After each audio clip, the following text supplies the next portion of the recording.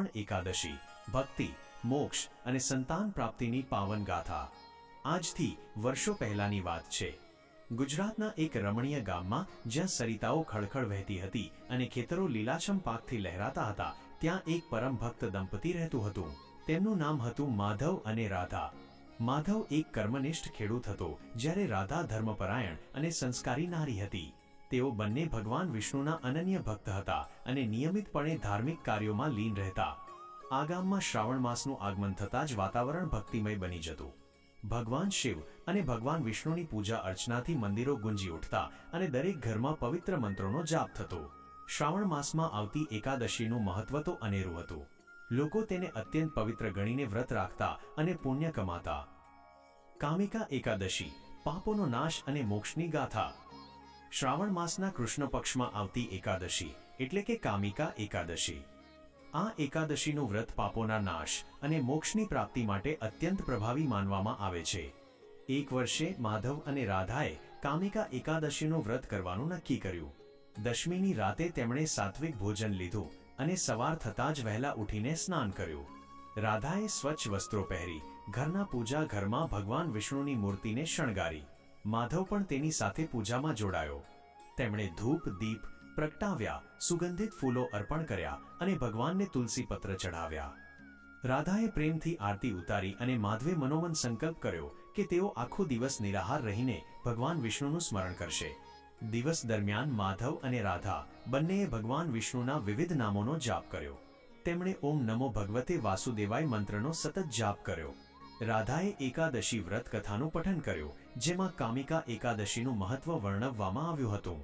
આ કથા અનુસાર પ્રાચીન સમયમાં એક ન્યાયપ્રિય રાજા હતો, જેના હાથે અજાણતા જ એક બ્રાહ્મણની હત્યા થઈ ગઈ હતી। આ પાપથી મુક્તિ મેળવવા માટે તેણે અનેક ઉપાયો કર્યા, પરંતુ તેને શાંતિ ન મળી। એક જ્ઞાની ઋષિએ તેને કામિકા એકાદશીનું વ્રત કરવાની સલાહ આપી। રાજાએ શ્રદ્ધાપૂર્વક આ વ્રત કર્યું અને તેના પ્રભાવથી તેને બ્રાહ્મણ હત્યાના પાપમાંથી મુક્તિ મળી અને અંતે મોક્ષ પ્રાપ્ત થયો। આ કથા સાંભળીને માધવ અને રાધાની શ્રદ્ધા વધુ દ્રઢ થઈ। તેમણે રાત્રિ જાગરણ કર્યું અને ભગવાનના ભજનો ગાયા। બીજા દિવસે દ્વાદશીના શુભ મુહૂર્તમાં તેમણે વ્રતનું પારણું કર્યું। તેમણે ગરીબોને અન્નદાન કર્યું અને બ્રાહ્મણોને ભોજન કરાવ્યું। આ વ્રતના પ્રભાવથી તેમના મનમાં અપાર શાંતિ અને સંતોષની લાગણી થઈ। પુત્રદા એકાદશી, સંતાન સુખની આશા અને પ્રાપ્તિ।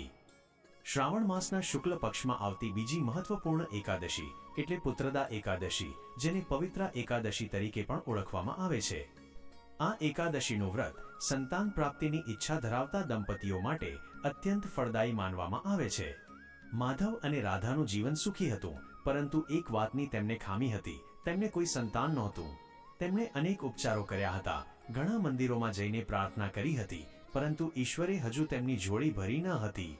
જ્યારે શ્રાવણ માસની પુત્રદા એકાદશી નજીક આવી, ત્યારે રાધાએ પોતાના ગામની એક વૃદ્ધ અને જ્ઞાની મહિલા, જે ધર્મશાસ્ત્રોની જાણકાર હતી, તેમની સલાહ લીધી। વૃદ્ધ મહિલાએ રાધાને પુત્રદા એકાદશીનું મહત્વ સમજાવ્યું અને તેનું વિધિવત વ્રત કરવાની પ્રેરણા આપી। બેટા રાધા, વૃદ્ધ મહિલાએ સ્નેહથી કહ્યું, આ પુત્રદા એકાદશીનું વ્રત અત્યંત શક્તિશાળી છે। પ્રાચીન કાળમાં મહિષ્મતી નામના રાજ્યના રાજા મહિજીતને સંતાન ન હોવાથી તેઓ ખૂબ દુઃખી રહેતા હતા। તેમણે મહર્ષિ લોમેશ પાસે જઈને પોતાની વ્યથા વર્ણવી। મહર્ષિએ ધ્યાન કરીને જાણ્યું કે રાજાએ પૂર્વજન્મમાં એક ગાય અને તેના વાછરડાને પાણી પીતા અટકાવ્યા હતા, જેના કારણે તેમને સંતાન સુખ મળ્યું નહોતું। મહર્ષિએ રાજા અને રાણીને શ્રાવણ માસની પુત્રદા એકાદશીનું વ્રત કરવાનું કહ્યું। રાજદંપતીએ શ્રદ્ધાપૂર્વક આ વ્રત કર્યું અને ભગવાન વિષ્ણુની કૃપાથી તેમને એક તેજસ્વી પુત્રની પ્રાપ્તિ થઈ। આ કથા સાંભળીને રાધાની આંખોમાં આશાના કિરણો ચમક્યા। તેણે માધવને આ વાત કરી અને બંનેએ પુત્રદા એકાદશીનું વ્રત કરવાનો સંકલ્પ કર્યો। એકાદશીના દિવસે માધવ અને રાધાએ સવારે વહેલા ઉઠીને પવિત્ર સ્નાન કર્યું। રાધાએ ખાસ કરીને ભગવાન કૃષ્ણના બાળ સ્વરૂપની પૂજા કરી। તેમણે ભગવાન વિષ્ણુને પીળા વસ્ત્રો, ફળો, મીઠાઈઓ અને તુલસી પત્ર અર્પણ કર્યા। તેઓએ દિવસભર નિરાહાર રહીને ભગવાન વિષ્ણુના મંત્રોનો જાપ કર્યો। રાત્રે તેમણે જાગરણ કર્યું અને ભજનો ગાયા। સંતાન પ્રાપ્તિ માટે હૃદયપૂર્વક પ્રાર્થના કરી। બીજા દિવસે દ્વાદશીના શુભ મુહૂર્તમાં તેમણે ગરીબ બાળકોને ભોજન કરાવ્યું અને તેમને વસ્ત્રોનું દાન કર્યું। તેમણે નિયમ અનુસાર પારણું કર્યું અને ભગવાનનો આભાર માન્યો। માસ પછી માસ વીતવા લાગ્યા.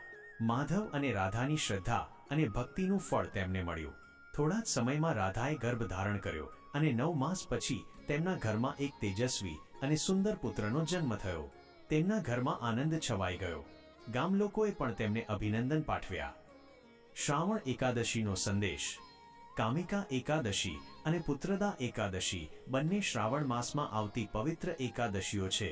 કામિકા એકાદશી આપણને પાપોમાંથી મુક્તિ અને મોક્ષનો માર્ગ બતાવે છે, જ્યારે પુત્રદા એકાદશી નિઃસંતાન દંપતીઓને સંતાન સુખની આશા અને પ્રાપ્તિ કરાવે છે. માધવ અને રાધાની આ વાર્તા આપણને શીખવે છે કે શ્રદ્ધા, ભક્તિ અને ધૈર્ય એ કોઈ પણ મનોકામના પૂર્ણ કરવા માટેના મહત્વપૂર્ણ આધાર સ્તંભ છે. એકાદશીનું વ્રત માત્ર અન્ન ત્યાગ નથી, પરંતુ તે મન અને ઇન્દ્રિયો પર નિયંત્રણ મેળવીને આત્મશુદ્ધિ કરવાનો એક માર્ગ છે. તે ભગવાન વિષ્ણુ પ્રત્યેની આપણી શ્રદ્ધાને દ્રઢ બનાવે છે અને આપણને ધાર્મિક માર્ગે ચાલવા પ્રેરિત કરે છે. આમ શ્રાવણ માસની દરેક એકાદશી, પછી તે કામિકા હોય કે પુત્રદા, આપણા જીવનમાં ધાર્મિક મહત્વ, શાંતિ અને સમૃદ્ધિ લાવે છે. તે આપણને યાદ અપાવે છે કે સનાતન ધર્મના મૂલ્યો અને વ્રતોનું પાલન કરવાથી જીવનમાં અલૌકિક સુખ અને શાંતિ પ્રાપ્ત થાય છે. આજના